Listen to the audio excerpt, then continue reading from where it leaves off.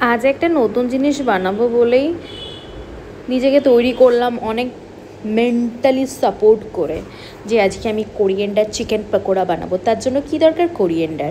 তো কোরিয়েন্ডারই আমার কাছে কম ছিল, আর যেটুকু ছিল সেটুকু পুরো একদম পুরো শুকিয়ে গেছে। তো যাই হোক, প্রিপারেশনটা তো আমার স্টার্ট করতে হবে। তার জন্য আমার কাছে মিক্সি ছিল না, কিন্তু আমাকে বাটতে হবে। সেই জন্য আমি শিলটাই বেছে নিয়েছিলাম। শিল নোড়া দিয়ে আমি মোটামুটি আদা, কাঁচা লঙ্কা, রসুন সুন্দর করে পেস্ট করে নিচ্ছিলাম। আর এরপরে যেটা আমার মেন ইনগ্রেডিয়েন্ট, যেটা অল্প পরিমাণে ছিল, সেটা তো আমাকে কি করতে হবে, পেস্ট তো করতেই হবে। তার জন্য আমি নিয়ে নিয়েছিলাম আমার অল্প একটুখানি কোরিয়েন্ডার লিভস, শুকনো, তাও আবার বাটতে গিয়ে পুরো দলা পাকিয়ে যাচ্ছিল। বিশ্বাস করো, আমি এরকম এক্সপিরিয়েন্স আগে কোনো দিনও করিনি, ফার্স্ট টাইম।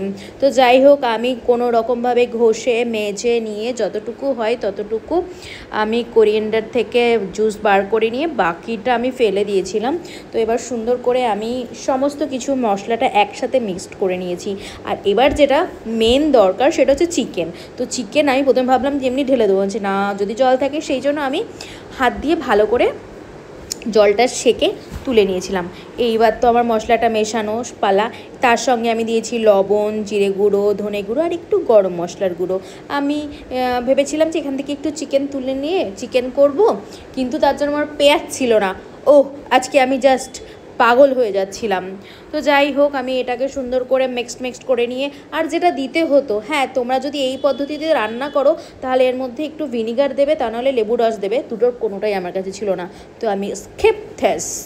দেন আমি ওর মধ্যে দিয়ে দিয়েছিলাম একটা আস্ত ডিম।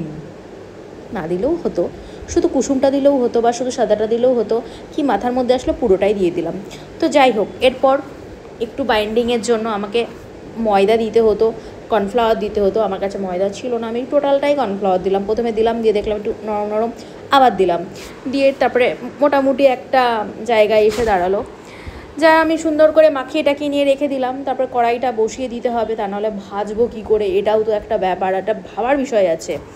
তো আমি গ্যাসটা ধরিয়ে নিলাম, ধরিয়ে নিয়ে কড়াইটা চাপিয়ে দিলাম। আমার কাছে না একটু তেলটাও কম ছিল, আমি না খুব ভাবছিলাম যে তেল দিয়ে হবে কি না হবে। লাস্টে আর কিছু ভাবলামই না, যেটুকু আছে সেটুকু দিয়েই বসিয়ে দিলাম। তো আমি আর হাত দিয়ে নিয়ে ওতে আমি হাতটা সুন্দর করে ধুয়ে নিয়েছিলাম। আমার হাতে না বেশ জ্বালা করছিলো কাঁচা লঙ্কার ঝালে। আমি কোনো শুকনো লঙ্কা দিইনি, কাশ্মীরি লঙ্কা দিইনি, পুরো একদম কাঁচা লঙ্কা, যেমন সবুজ সবুজ ভাব করতে, ভাবটা আনতে চাইছিলাম। তো সেই জন্য কোনো হলুদও দিইনি আমি। তো আমি চামচে করে এক এক করে দিচ্ছিলাম। আর আমি না একদম লো টু মিডিয়াম ফ্লেমে রেখেছিলাম, খুব হাই ফ্লেমে রাখিনি। তো যাই হোক, এইভাবেই আমি আস্তে আস্তে করে একটু ধৈর্য ধরে, যেহেতু আমার ধৈর্য ভীষণই কম, তবু আমি খুব পেশেন্স রেখে এগুলো ভাজার চেষ্টা করছিলাম, চিকেনগুলোকে আর কি, যাতে খুব ওভার কুক না হয়ে যায়। ওভার কুক হয়ে গেলে না কেমন একটা শক্ত শক্ত চিবড়া চিবড়া হয়ে যায়। আর আমার ভয় লাগছিলো, এটা না পুরো দেশি চিকেন, সেই জন্য আমার একটু ভয় লাগছিল যে কী যে হবে, এটা কি সেদ্ধ হবে, আদৌ হবে কি না। তো যাই হোক, আমি এপাশে ওপাশে সুন্দর করে একটুখানি লাল লাল করে ভেজে নেওয়ার চেষ্টা করেছি, কিন্তু আমি একটু সবুজ সবুজ ভাবটাও রাখতে চেয়েছি, কিন্তু তাই বলে আমি কাঁচা রাখিনি, কিন্তু এটার মাথায় রাখতে হবে। আর সবথেকে ভালো হয়েছে কী ব্যাপার বলো তো, আমি যখন মাংসগুলোকে তুলছিলাম, পাকোড়াগুলোকে তুলছিলাম, এক ফোঁটাও তেল আসেনি। এটা তোমরা লাস্টে দেখলে বুঝতে পারবে। আমি গ্যাসটা কমিয়ে দিয়ে, প্রথমে কমিয়ে দিয়েছিলাম, তারপরে নিভিয়ে দিয়ে আমি আস্তে আস্তে করে পাকোড়াগুলোকে তুলে নিয়েছি।